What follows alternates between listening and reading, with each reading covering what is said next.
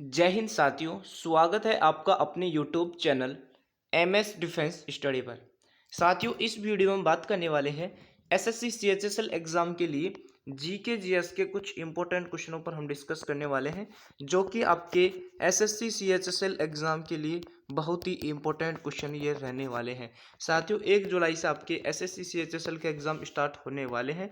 तो इस बार यदि आपको सिलेक्शन लेना ही एसएससी सीएचएसएल में, तो चैनल के साथ जरूर जुड़े, चैनल को जरूर सब्सक्राइब करें, बेल आइकन को ऑन करें, क्योंकि यहाँ पर जितने भी आपको क्वेश्चन करवाए जाएंगे ये 100% आपको किसी ना किसी शिफ्ट में आपको जरूर देखने को मिलने वाले हैं। तो साथियों, चैनल के साथ जरूर जुड़े, चैनल को जरूर सब्सक्राइब करें, बेल आइकन को ऑन कर लीजिए, ताकि आने वाली क्लासों का सभी का नोटिफिकेशन आपको मिलता रहे। और इन क्वेश्चनों के पीडीएफ के लिए साथियों हमारे टेलीग्राम चैनल से जुड़े।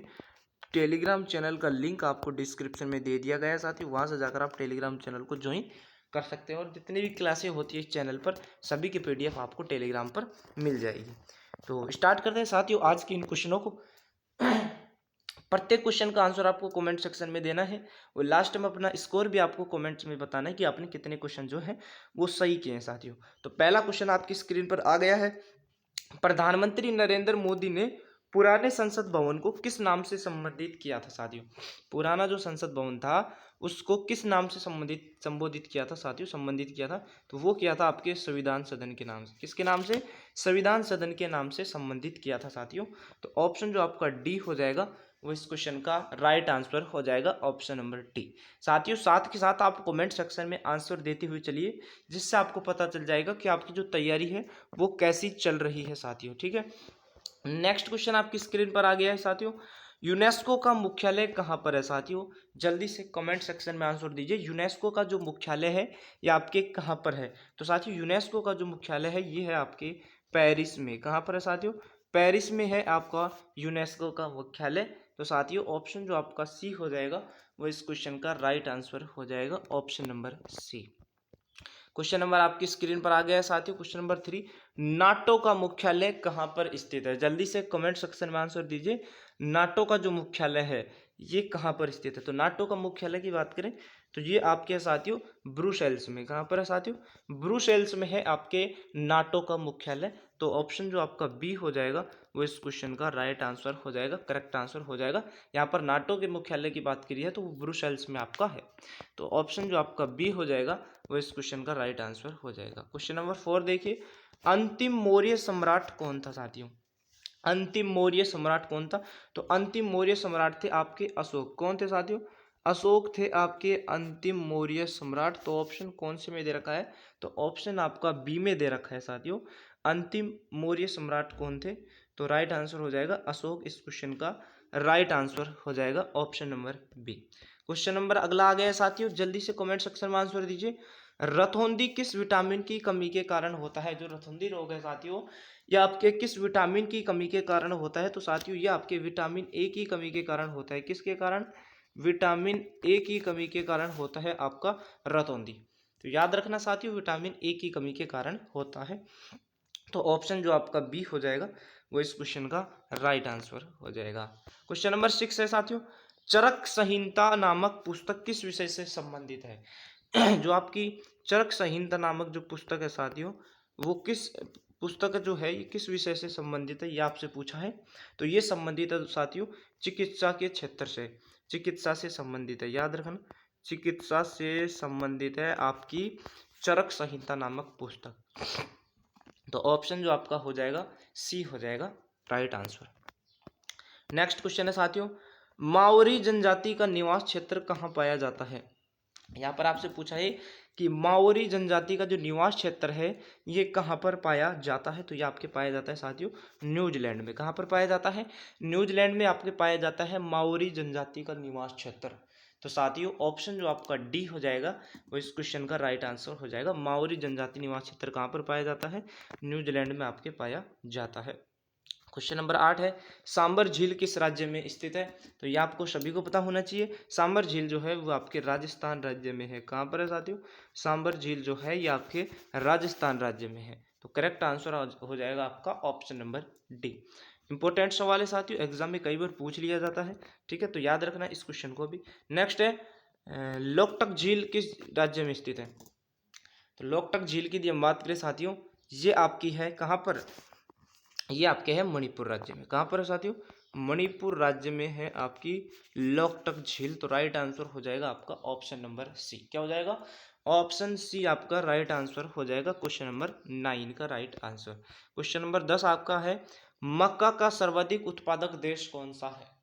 यहाँ पर आपसे पूछा है कि मक्का का सर्वाधिक उत्पादक देश कौन सा है, तो वो देश है आपका अमेरिका।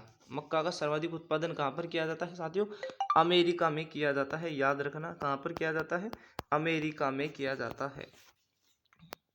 नेक्स्ट क्वेश्चन की ओर बढ़ते हैं। क्वेश्चन नंबर 11, कॉफी का सबसे बड़ा उत्पादक देश कौन सा है। देखिए यह क्वेश्चन भी आपसे कई बार पूछा जाता है।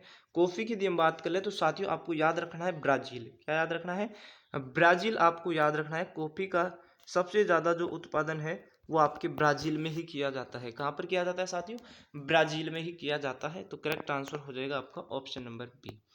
कार्य का मात्रक क्या होता है, सभी को पता है कार्य का मात्रक जूल होता है। क्या होता है साथियों, जूल होता है। कई बार इस प्रकार के क्वेश्चन भी आपसे पूछ लिए जाते हैं। तो जूल होता है कार्य का मात्रक।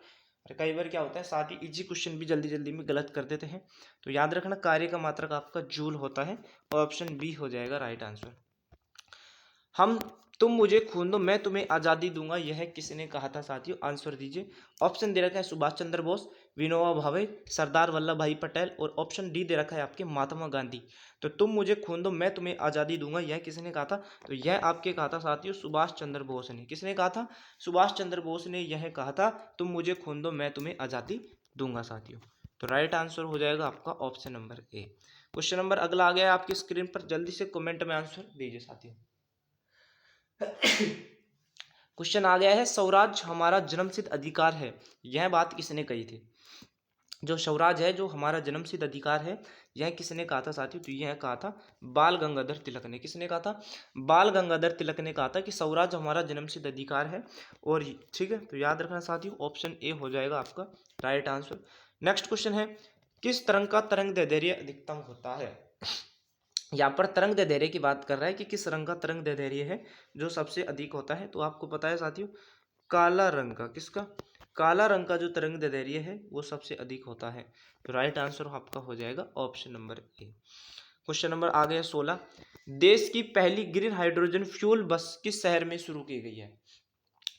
ग्रीन हाइड्रोजन फ्यूल बस जो है ये किस शहर में शुरू की गई है, तो साथियों ये आपकी शुरू की गई है नई दिल्ली में। कहाँ पर शुरू की गई है, पहली ग्रीन हाइड्रोजन फ्यूल बस आपकी नई दिल्ली में शुरू की गई है साथियों। तो ऑप्शन जो आपका डी हो जाएगा वो इस क्वेश्चन का राइट आंसर हो जाएगा option number D. Question number अगला है, लोकसभा के लिए न्यूनतम आयु कितनी होती है। तो लोकसभा के लिए न्यूनतम आयु की बात करें तो ये होती है आपकी 25 वर्ष। कितनी होती है, 25 वर्ष होती है आपके साथियों लोकसभा के लिए न्यूनतम आयु।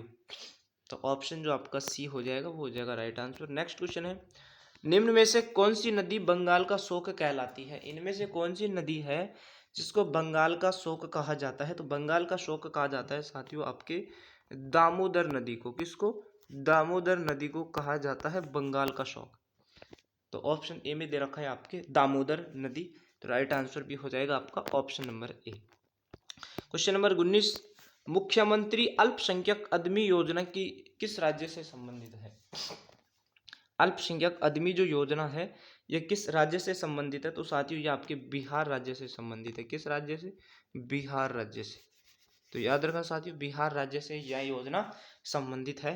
तो राइट आंसर आपका हो जाएगा option number B. Question number 20 आ गया आपके, विश्व हृदय दिवस कब मनाया जाता है। जल्दी से कमेंट सेक्शन में आप आंसर दीजिए, विश्व हृदय दिवस कब मनाया जाता है।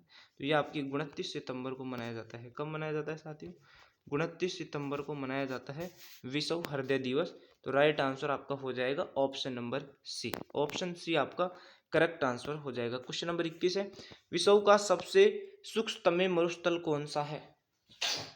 तो यहाँ पर पूछा है विश्व का सबसे सूक्ष्मतम जो मरुस्थल है वो कौन सा है। तो वो मरुस्थल है आपका साथियों अटाकामा। कौन सा है, अटाकामा है। याद रखना ऑप्शन जो आपका सी हो जाएगा, सॉरी डी हो जाएगा। और इस क्वेश्चन का राइट आंसर हो जाएगा option number D. Question number 22 आपकी स्क्रीन पर आ गया साथियों, निम्नलिखित में से किस क्षेत्र में ओजोन परत पाई जाती है।